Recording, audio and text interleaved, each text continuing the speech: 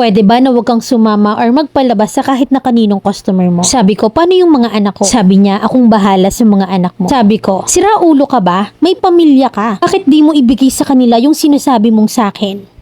I am 23 at meron akong 2 anak. Last 2018 ay umalis ako sa pinapasukan kong karinderya sa Acacia, Malabon City dahil sa hindi sapat ang kinikita ko ng 250 a day para sa 2 kong anak na nag-aaral noon ng grade 1 and 2. Kaya nag-decide ako na humanap ng ibang mapapasukan. Then November 2018 ay nag-chat yung friend ko sa akin na baka daw want ko ng trabaho. So sabi ko, sakto need ko ng trabaho. Then she reply na, okay, punta ka dito sa Zambales. Then ako nabigla. Sabi ko, agad-agad wala akong perang pamasahe. So that day ay sinendan niya ako ng 1.5 para sa pamasahe. At dito na nagsimula yung panibagong buhay ko sa edad na 23 years old. Yes, I have a kids at the age of 23. Nung unang tungtong ko sa iba Zambales ay nalilito ako at kung itutuloy ko pa ba or hindi na. Kasi first time kong malayo sa mga anak ko that time. Kaso sabi ko sa sarili ko na nandito na rin naman ako, di go na. Wala na rin naman akong magagawa dahil andito na ako at kung saan ako nakatayo ngayon. Which is alam ko naman yung trabaho ng friend ko na nag-aya sa akin. So I decided na panindigan ng kapalaran ko dito sa Zambales. Nang nakarating kami sa bar na papasukan namin as entertainer, na-shock ako dahil may customer na gusto kong i-bar fine. Sabi nung FM namin nakakarating lang, di pa siya on duty, yung iba na lang yung kuhanin mo at ilabas mo. So ako curious ako kaya nagtanong ako sa friend ko kung anong ibig sabihin ng lalaki. At dun ko nalaman na malaki daw ang kita sa ganung trabaho. Kaya nagtanong ako ulit kung magkano ba yung bawat pagpapalabas sa customer. Ang sabi niya 2.5 per 3 hours at sayo ang 2,000 commission. Then kinabukasan ni bumalik yung customer at hinahanap ako sa amo ko. At itong customer na to yung unang lalaking babago sa pagkatao ko. First time ko kasing makipagtalik sa ibang lalaki kaya kabado talaga ako. Sumama ako kasi no choice ako at kailangan kong kumita para sa mga anak ko. Para may maipadala ko sa kanila everyday na panggastos at pangbaon nila sa school. Ulit-ulit yung ganong ginagawa ko hanggang sa nakasanayan ko na. At naging wais ako palagi pagdating sa mga customer ko. Hanggang sa umabot ng February 14, 2019 ay big night ng bar na pinapasukan ko. At dito ko na nakilala yung lalaking nagpabago at nagparamdam sa akin na isa akong importanteng tao. Yung lalaking to ay kaibigan ng jowa ng friend ko. After ng big night ng bar, pumunta ulit yung lalaki at hinahanap yung kaibigan ko at nagaya siyang uminom sa tabing dagat. At inaya rin ako ng kaibigan ko na sumama. Pero yung lalaking to ayaw kong pasamahin kaya naman naiinis ako that time sa kanya. Sabi ko, ba't ayaw niya akong isama? Mag-aambag naman ako kung anong iinumin namin. Mapera kasi yung lola niyo nun kaya pumayag na rin yung lalaking yun na sumama ako. Pagdating sa tabing dagat ay nag-umpisa na agad ang inuman. At syempre kahit naman sa bar ako nag-work, pagdating sa labas ng bar ay disente naman ako. Hanggang sa palagi na kami magkakasama after ng work hour. Isang gabi ay tinapat niya ako na may asawa at isang anak na siya. So sabi ko sa kanya, alam ko naman na kahit na hindi niya sabihin yun sa akin. Kasi sinabi naman yun sa akin ng kaibigan ko. Then sabi niya, may gusto pa raw siyang sabihin sa akin. So sabi ko, ano yun? May gusto ako sa'yo, pwede bang wag kang sumama or magpalabas na kahit na kaninong customer mo? So nagulat ako, paano naman yung mga anak ko? Paano yung mga pangangailangan nila? Bigla niya akong sinagot ng ako yung bahala sa mga anak mo. That night nalilito ako kaya tumawa ako at sinabi ko sa kanya na,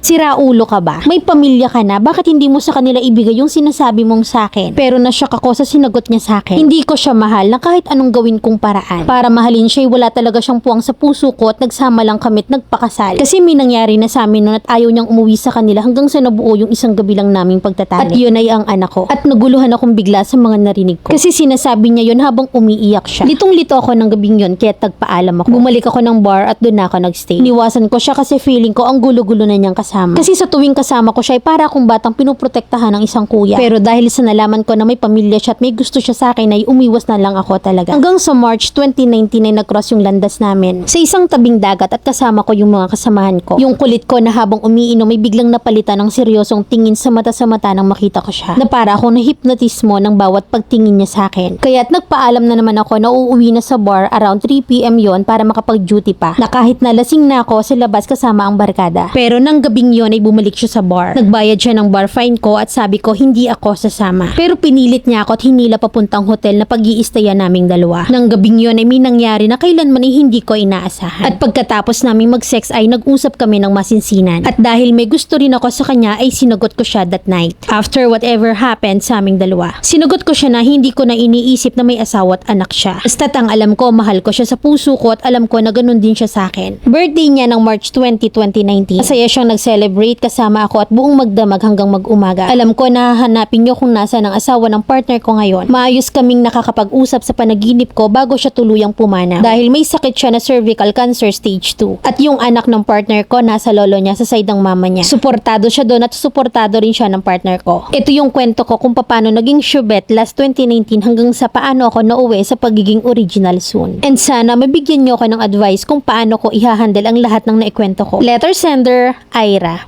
Akala ko naman pinakasalan ka na kasi yung pa-title mo, kabet na naging original. Pinatay mo lang sa kwento yung legal wife na may pa-plot twist na may cervical cancer. Na maayos kayong nag-uusap sa panaginip bago pumanaw. Tsaka ano yung kwento niya? Na may nangyari sa kanila ng legal wife kaya hindi umuwi at tuluyan silang nagsama at nagkaanak. Yung reason ng partner mo na kesyo na pilitang makisama, gasgas na. Na ikaw yung pinili kahit na literal na sausawan, talaga ba? Kasi naiingotan lang talaga ako sa partner mo na may paiyak-iyak pa. Na kailangan talaga may iyakan pa to convince. Sa bagay, may mga lalaki talaga na nai-inlove sa mga babaeng pakipot na after kang bayaran sa bar fine na sinasabi mo, magtataka ka na may hindi inaasahang mangyari sa inyo. Paano yung gulat mo dun, girl? At kung talagang seryoso yan sa'yo ngayon, aalis ka niya sa ganyang klase ng posisyon. Kasi baka mamaya nakakalibre lang kaya ka ginawa. Tsaka girls, huwag kayong papatol talaga sa mga lalaking may ongoing relationship pa. Nadadalihan ng mga rason na nagsasama kahit napipilitan. Linlang literal. Kasi kung nagawa niya yan sa babaeng pinakasalan niya, huwag kang magtaka na magagawa niya rin yan sa'yo. Kaya mag-isip-isip ka.